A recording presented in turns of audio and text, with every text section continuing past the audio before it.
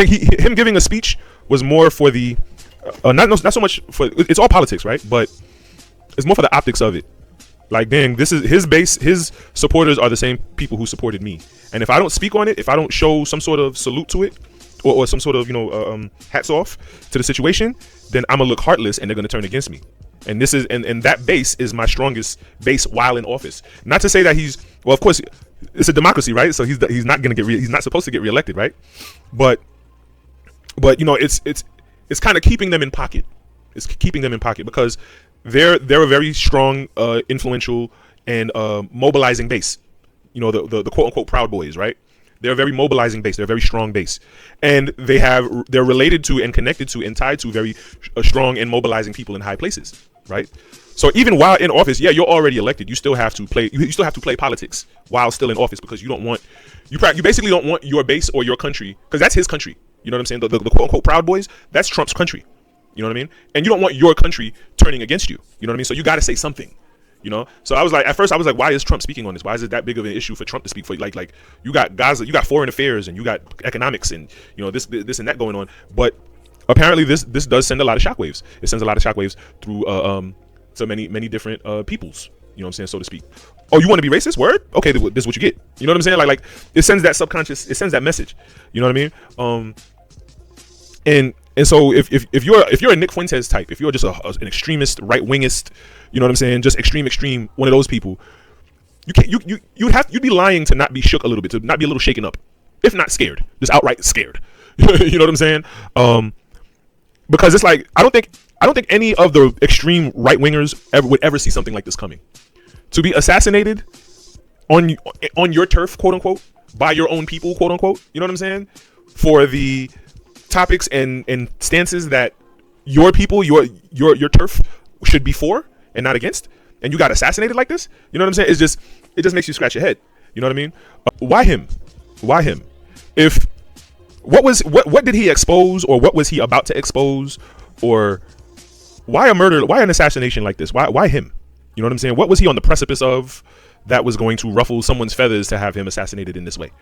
You know what I mean? I think they were keen on making it so ironic that it would be so far removed from anyone else to be at hand behind this. You know what I'm saying? Like, that's what it seems to me. Okay, he talks down on. I saw the little clip where he talked about, wow, if I boarded a plane and my pilot was black, like, you know what I mean? Like, of course. I mean, you're not gonna agree with 100% of what anyone says, right? But a lot of his hatred was gift wrapped in truth. You know what I'm saying? And then bringing up the statistics, like, okay, cool, like you got it, bro. I really don't care that deeply. Like fuck it, you got it. This gentleman, I knew nothing of. Well, I've heard of Nick Fuentes. I was like, who is this guy? who is? What the fuck? You know what I'm saying?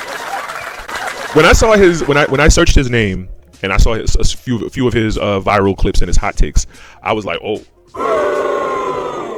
And then when I realized, like, he got shot, I wouldn't say assassinated. Well, you could say assassinated. Yeah. When I realized he got assassinated, I was like, oh. And then when I actually saw the clip of him being assassinated, I was like, ooh, this is not nice. That clip, that was a lot of blood, bro. That was a lot of blood. Now, discussing the combat tactics of that clip, it's very apparent that this guy wasn't no slouch. You know what I'm saying? He was no slouch. Whoever this, like, there's, and then the fact that, like, okay, he wasn't a slouch. I don't think that shot was meant to be a headshot. It's more like center mass. And when the initial puncture wound, the entrance wound of the shot, it was a very high caliber shot. This was no off the street rifle here. You know what I'm saying? This was not that. It was a very high caliber shot. I would say at minimum, it was a lot higher than a 9mm. I'll say that much.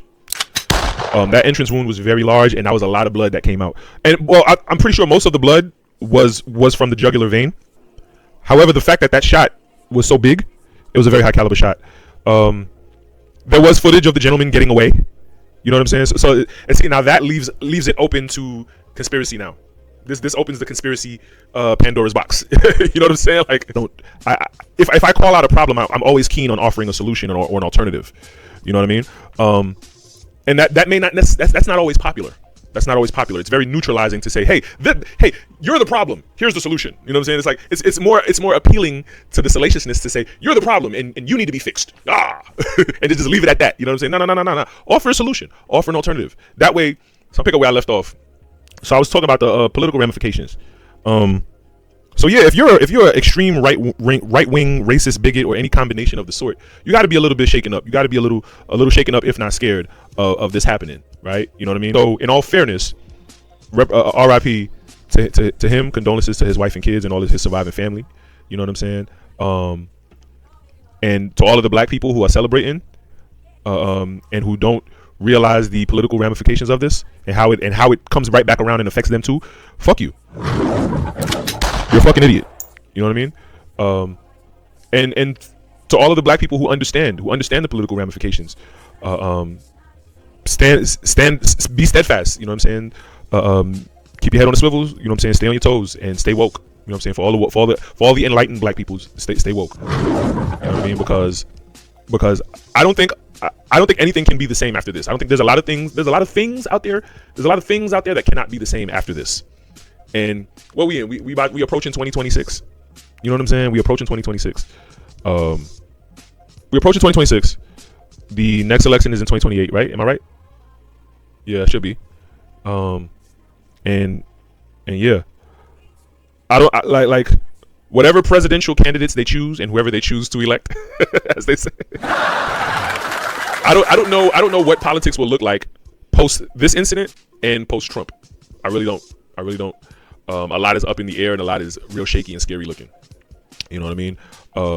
So black people, enlightened black people who aren't idiots and who do understand, and the white people who do understand. Pray for America. Pray for America, man. Pray for America. This country needs every bit of prayer that it can get. You know what I mean? Because these past 5 years, well, shit. these past has it been 5? Wait, yeah, these past 5 years have been, bruh. These past 5 years have been a lot, and I'm not even 50 yet. So yeah, pray for America, man. I'm gonna end the show on that note.